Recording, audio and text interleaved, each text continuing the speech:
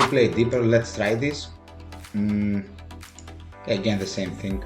Keep it small. It's fine. Now we play deeper, so we need to be careful. I will explain for this hand some things when we will finish. For 100 big blinds, this will be a very good start, but so deep I will pot control it, and I will check to have some check also on the river as well. I will explain. Okay, and now we have an easy value with a spade.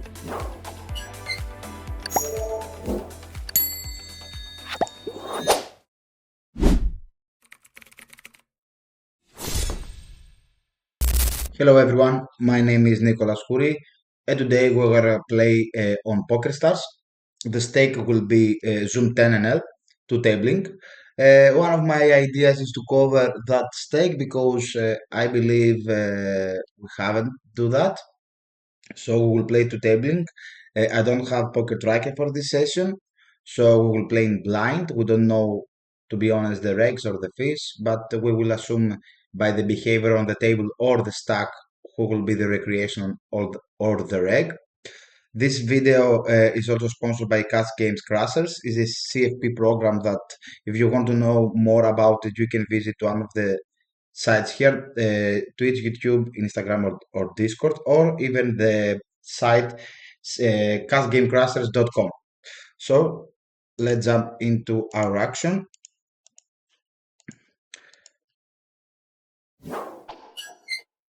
Okay, let's begin. We have 8-3 suited here. We will see the opening sizing versus this sizing, and this reg structure is a fold. So some things. First of all, I will not say again my sizing structure pre-flop. I believe I have referred that in every video. We will try to do some exploit things if we can versus this pool. Okay, I don't have the 2.3, so we'll open 2.5, 2.5, 2, 2, and 3. And we'll play the 12, 13, 12 small blind versus button, 13 with the more polar strategy from the big blind. And we will speak a lot if we have some opportunities about the pre-flop. Okay, we have a squeeze here, easy fold. And here, this is a board that we have to play a lot of check and bet in the big sizing. So something like 45% frequency, I believe it's fine. This hand, I guess, is a mix. Tennis is pure. Okay, I will do it in high frequency and I will go with it probably. This is a very good card for our range. A lot of our bluffs have a 10. So give us a lot of nuts advantage we already had, but we gain some equity. So I will go with half pot. If I achieve that, I will go with half pot, but because I was analyzing the spot, I miss a little bit of the sizing, but it's fine. The result was over the same. So I will do the sit out next big blind in this table because I don't want to play more than 125. This is my personal strategy on Zoom, grinding games in every side. And I believe it's fine, it keeps more simple when I'm grinding a lot of hours. And because it's not a very good idea to have 150, 700 big blinds and all that stuff, mixing strategies, because the game when it goes deeper, it's extremely different from the game that is with standard stacks, sizings, plus something more. A lot of my study referring in this type of stacks. I'm not saying that I cannot play deeper. I'm just saying it's not of my expertise and I would like to play in my comfort zone because I have the ability of cash out every time I want. If I don't have this ability, like reg tables, we have to play more deeper, so we have to study more deeper, which is fine, but it's different type of studying and spots. This hand is a mixed 3-bet. I roll very high. I have the randomizer in my other monitor versus 3 open. This is a fold. And we face this receiver strategy, which is not okay. he should use 1/3 in low frequency because the 6 deuce flush draw is very connected to my range. So we don't have to float this versus this sizing, but if we have 1/3, I will mix calls and raises. Okay.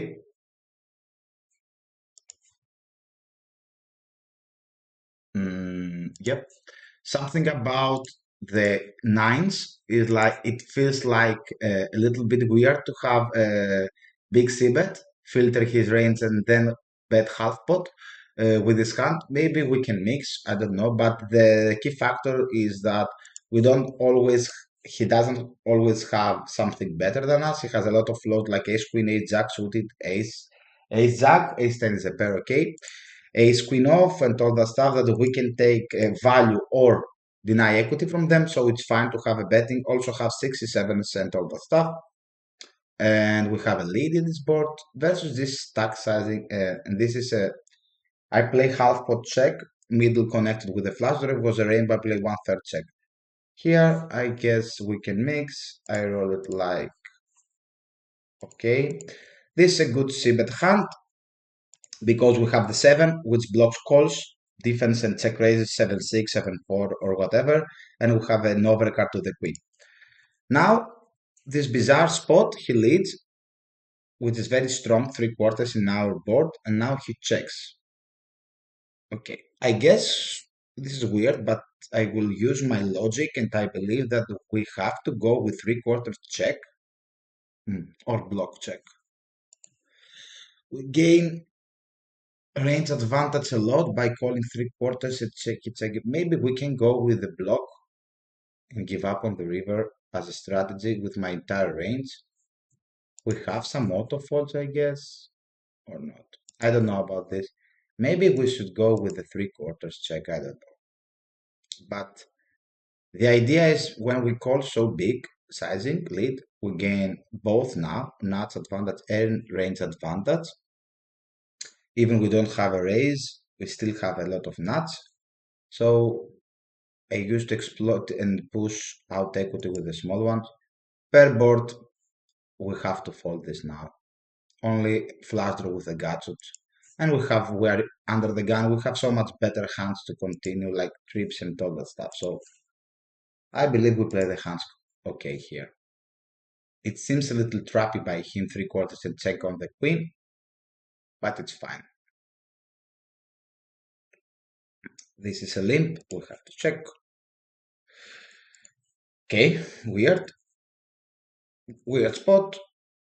We will don't do anything with this combo, I guess. We have to fold. At least we need a 10, something backdoor more with suited to have a raising range there.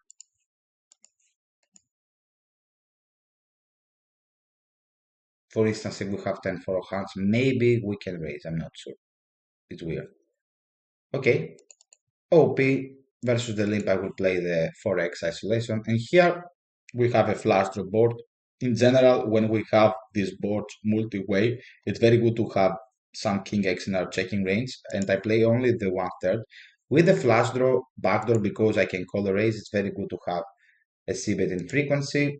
And here I play the quarter. Very good board for my range, and we have some auto folds. So when the board is way ahead, way behind, I like to have small sizings like this. And here we have an interesting stop. I hope to will be another side and have jackpot draw, but it's fine. I'm just kidding. We will play polar 3/4 check here. Yeah. On the 10 we cannot have any block, so we'll go with this. Plus, he seems a little bit weaker, so even if we have some checks with this hand, I will not mix it at all. So far it's good. Maybe we can do this. Technically this is wrong, but because we have a weaker player in blinds, that he will call us more and we'll play him in position and he will not 3-bet us a lot. I believe the EV, even in this rake structure, is positive. Without any info, I will play fold with this hand.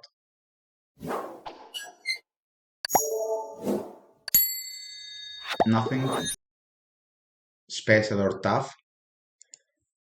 Okay. This is an open, and this is a potential 4-bet. Okay. I don't know this. He's from my country. I will do it. Okay, I roll very low. I will do the 19. It seems fine. 19.4. This is a very strong line.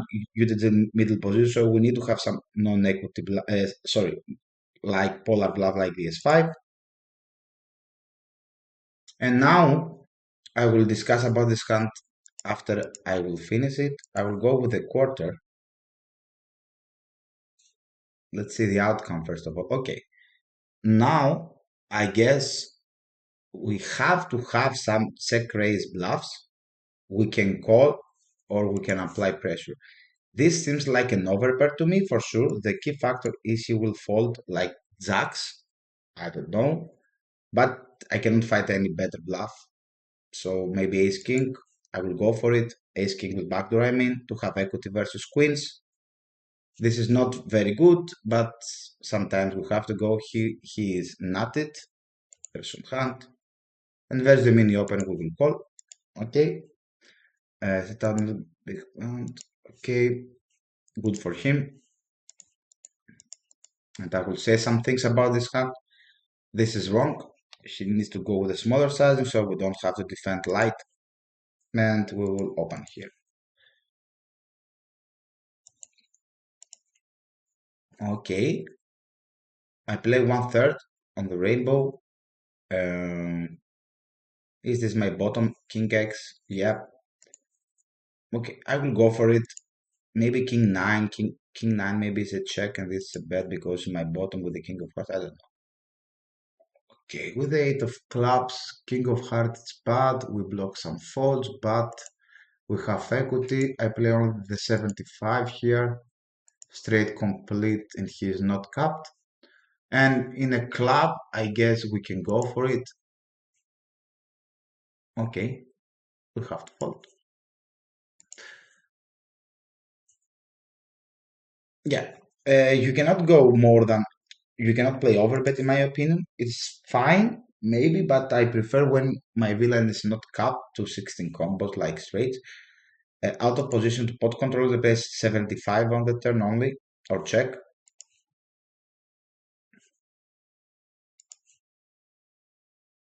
Now I want to say something about the previous hand for the ace-5, very fast. First of all, he 3-bet MP under the gun, very strong range, and we have to have some 4-bet bluffs like this. We roll it in my other monitor, so we decide to go for it. Now, what happens? We have a lot of GTO solutions. I suggest to play half pot or check on this board.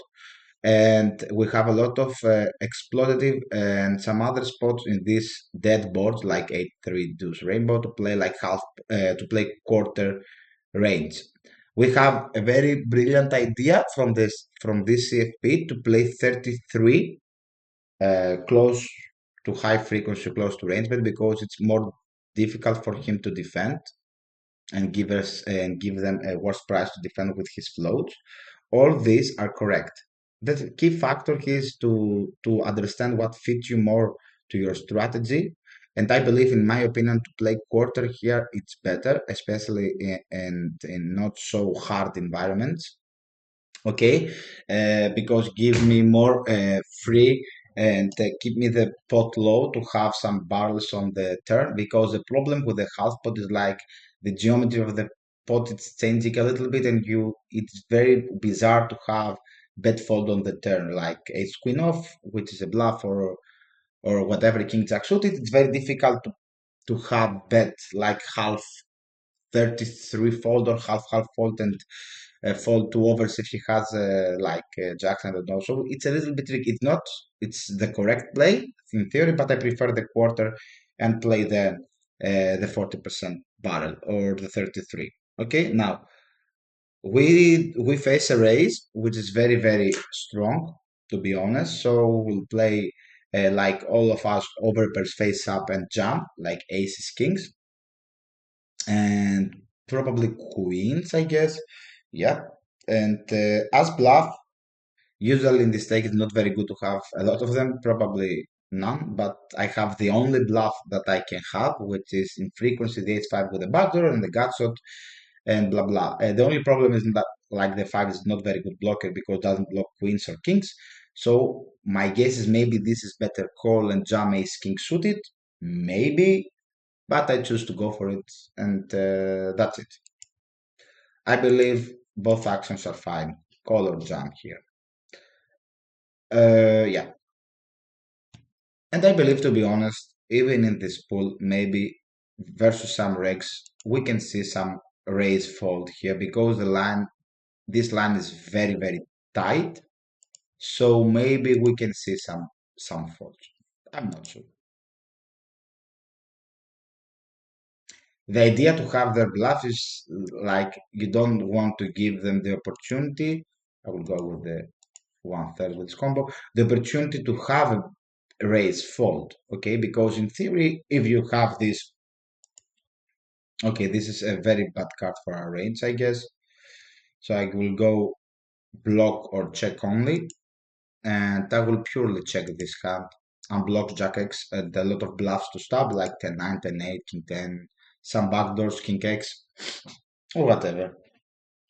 And now I guess what I want to do. I want to have block 3/4, and I want this hand to be most highly on check or block, because block, he gives us the opportunity to take value from a 7, which is fine.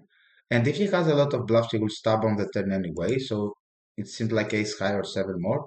And with the block, we achieve valuable from the 7. We block the top pair for the 3/4 and induces some bluffs. So I guess we play this hand correct. And he has... what? How can we see this combo? If he has a 9, we gain a little money from the hero pot. I play the 60.7 here. So yeah, I was saying that the idea of the ace-5 is like if you never have a bluff, you give them the opportunity to fold jacks or queens or I don't know, tens or whatever. And okay, probably they will not know that, but in theory, this is why sometimes we have to jam ace-5 or ace-king there, in my personal opinion. I play the overbet check here, and this is a very good combo with the backdoor and the straight draw to have on the overbet. This is one of the worst boards for our UTG range, so I play check range here. And here we'll go bet and probably will give up on most rivers because our blockers are very bad. Because we don't block, we need to block two pairs here. So for instance, a 4, something like that will be better. And block some folds with a backdoor flush out. This is a gross spot. I hate the spot that I have to call once and fold. But because it's 10 and I will call, if I have more info, maybe I can fold. But this is not a very good spot in reality. Maybe we can fold instant. With a bigger size, we will fold instant. But now, yeah, now we can. The problem here is that he's repping super nutted, multi-way. His board is very good for his range. We don't have improvement. We have some backdoor flush draw with gut shot pairs to block some 2 pairs and something. We need something to block, guys, right? Like some valuable 2 pairs sets or whatever straight. This is crap. To be honest, if I have info and I know this guy is a passive or a reg, you can easily fold on the flop. But because we don't have this info, I choose to play like a random call and we will decide, okay?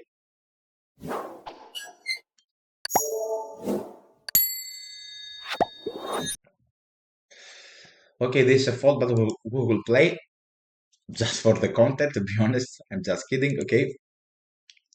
Again, the same problem here in these stakes. In general, 200 and above is like they don't understand that this is very bad board for their range because the middle card is very good. So they need to play a lot of check, like close to 60 or whatever, especially with flush draw.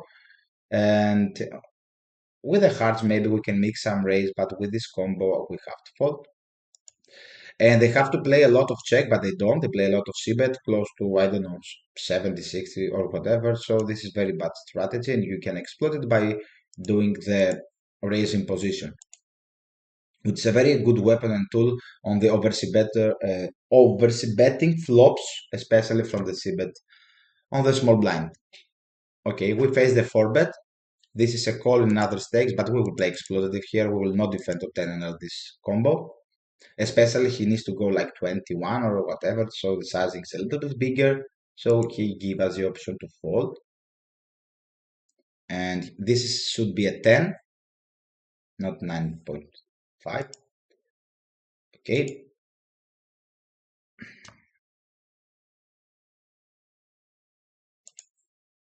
Something that a very good player told in a training video, and I learned it 3 years ago, something like that, is like the Jack 10 is far better to call, especially to the Queen 10 or Queen Jack suited, because he has more live cards versus his bluffing range, because his bluffing range should be a lot of Ace Queen off instead of Ace Jack off or whatever. Of course, you have Ace Jack Ace 10, but even with that, the offsuit combo is always more than the suited. So Jack 10 has more live pairs, so it's highly recommended instead of Queen 10 and Queen Jack to defend the 4-bets. Cut off button or cut off middle position, I don't know. This is a spot that I play 3/4 check, sorry, 75, yeah. And I believe I will take pure this combo. And versus the min click, we can call. Okay. And probably we'll stack off with this combo. Okay, small sizing. Again, we need to have an overcard to push some aggression, like maybe Queen 10 is the threshold of check raise. Undercards, no backdoor, only straight improvement. I believe we have to fold. But I would like to be so sticky with this range, but to be honest. But I believe that a 9 without anything should fold here. Versus cutoff. Okay, we will play the 3.5. Isolation versus a limper. And because he's a smaller stack, giving me the idea that he's not like a reg that likes to limp raise and all the stuff. Easy range bet. Keep it simple, guys. Simple strategy is the best. Now I guess we can do a bet. So I'm merging. I want to fold better and call worse, like draws. And even if he has a queen or jack, it's a very good hand that we can have equity versus them. And now we give up and hope to see something like king 10, I don't know, ace king ace 10, I don't know. He is a recreation, so yeah. And here I play the half pot on the connected with the flush draw. Yeah, perfect. So we want to fold like 8s, 9s, if you will fold 7x, and if you want, and we want to call by these combos versus the recro. I guess we take the maximum if it's there. Okay, we cannot do anything versus this stack. This is a fold.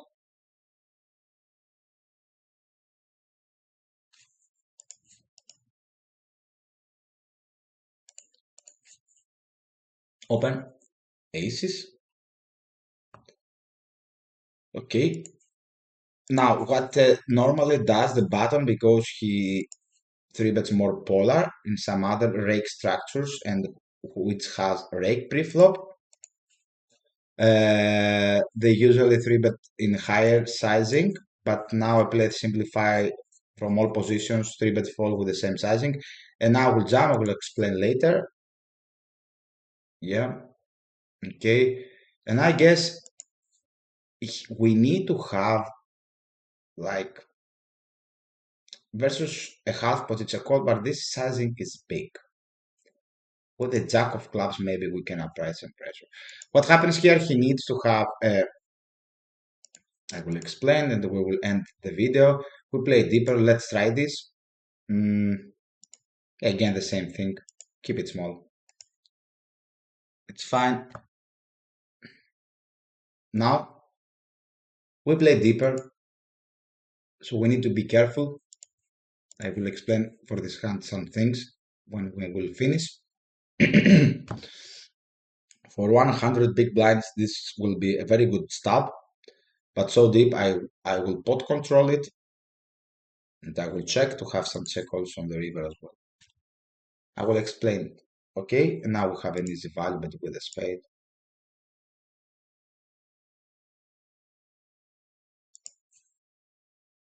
Okay, okay, okay. Now, two things. First of all, about the aces. Usually, sometimes this is a frequently call, but it will be a good call only if villain has a proper bluffing range.